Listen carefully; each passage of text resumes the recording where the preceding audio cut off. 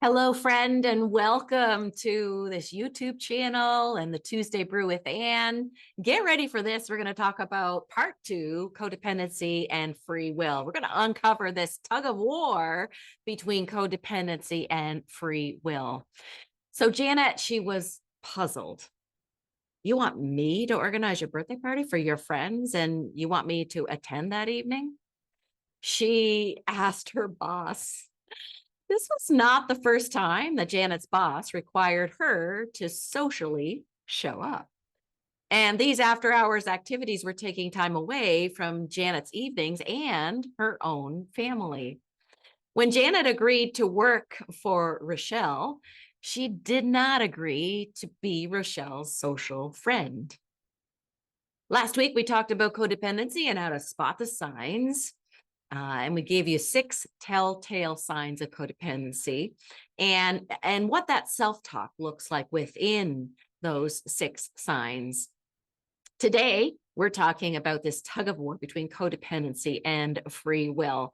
My name is Ann Visser. I'm a coach, speaker, and trainer with For Better Forever. I'm passionate about helping Christian women to rediscover their voice, set healthy boundaries, and confidently express themselves while honoring their Christian values and beliefs. And so if you're new here, welcome to For Better Forever's Tuesday Brew with Anne. Take a second to introduce yourselves in the comments below. And if you're back again, say hello. I love to chat with you. I love to learn from you. And today we are talking about that tug of war between codependency and free will. So what is codependency again? Codependency is when you need someone like a partner or a special person to give you the green light so that you can feel okay. So a codependent person might even say something like this: I'm not okay without you. So if you leave me, can I go too? Now, let's dive into the area of codependency and free will with the theme of balancing interdependence in relationships. This is really interesting. So, codependency and free will are just such fascinating topics when it comes to how we deal with folks and make our own choices. So, the thing is, codependency is like getting too wrapped up in someone else's world, which is really interesting when you think about marriage or intimate kind of relationships. It's like getting too wrapped up in someone else's world to the point where it's kind of tough to figure out where your stuff begins and their stuff ends. Let's think about free will for just a minute, because on the flip side of that, free will is about having the freedom to make your own choices without being kind of bossed around by outside influences. It's all about having the power to decide what you want and then actually act on it. Now, free will, it's a gift to us as human beings from our Heavenly Father. You know, though, with great freedom comes great responsibility, right? I'm just going to add that in there. God knows that without free will, there is no great love. He never uses his power to force anything on us against our free will. And he expects us to extend the same courtesy to other people. He has modeled that for us. So in codependent relationships, your sense of free will takes a back seat. You might find yourself doing things just to keep the other person happy, even if it's not what you really want or what is really good for you.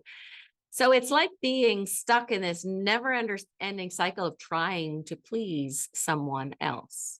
And it can be devastating emotionally, physically, spiritually, mentally. So where does the trouble start? You know, the trouble starts when our needs aren't clearly communicated. And we don't come up with healthy boundaries and healthy expectations around those needs. For example, when I wrote this, we were in the midst of harvest season. Everything else takes a back seat to harvest. My farmer is working against the weather. rain and frost to bring in the harvest. This is what we work for all year long. A good harvest pays the bills. So I was really sick the week of harvest, 1 week of harvest, and hubby doesn't stop the harvest. He has 30 employees. He didn't stop the harvest to tend to me, but he did make sure that there were people in my life checking up on me, helping me to get through my day. These were caring actions that he initiated. Now, healthy expectations on my part is that we are a team and we have common goals. He is not going to stop everything in order to look after me. So thinking that someone else needs to meet all of our needs is totally unrealistic. It's never going to happen. It's not possible. That's God's job to meet all of our needs, not someone else in our lives. It is a very unhealthy approach to relationship. Healthy relationships thrive on an agreement of interdependence.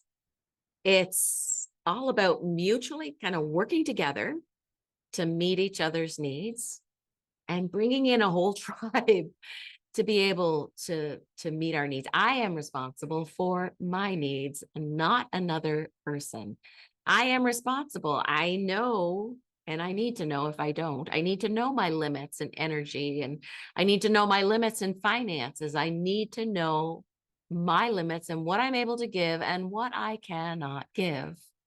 As Heidi Phoebe says about interdependence, I am good on my own, but we're better together. I love that. I'm good on my own, but we are better together. This agreement means our free will lines up and it looks out for each other in ways that we agree upon. The problem comes in when we expect someone else to take care of our needs without them agreeing to do it. This requires pivotal conversations to understand another person's expectations and their boundaries.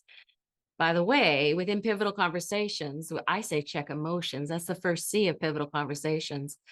And in that checking emotions, I'm checking myself. Where am I? What do I have to give? What can I not give? Where am I overstepping my God-given strengths and energies?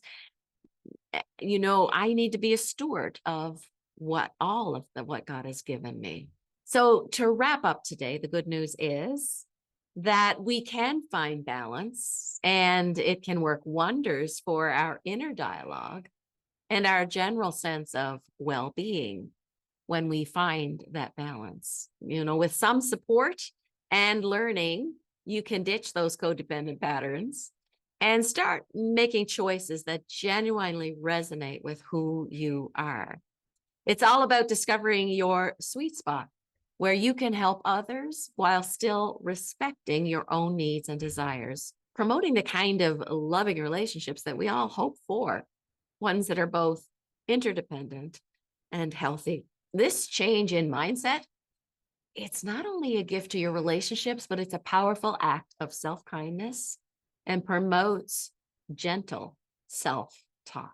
Now, this is part 2 of our 4-part series on codependency and self-talk. Stay tuned. Next week, we're going to be talking about unraveling codependency. I want to give you effective strategies to deal with codependency. So one of the ways to work on your self-talk, if you're a Christian woman, I want to invite you to the Sisterhood Journey membership.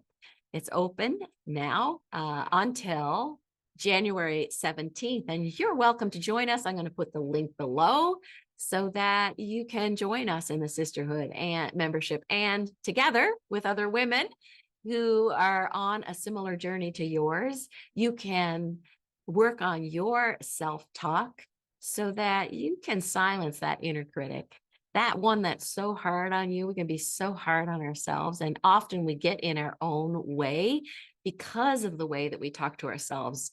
The way we talk to ourselves, it changes everything else in our lives. It changes our faith walk. It changes the way we relate to other people. At home and at work, by the way. It changes the way we relate to ourselves. It changes our relationship with our Heavenly Father because it gives us such a confidence because self-compassion is what he calls us to. He calls us to love ourselves, to love others as we love ourselves. And that's the self-compassion that he calls us to. So join us in the sisterhood journey. I'll put the link below. Bye and God bless.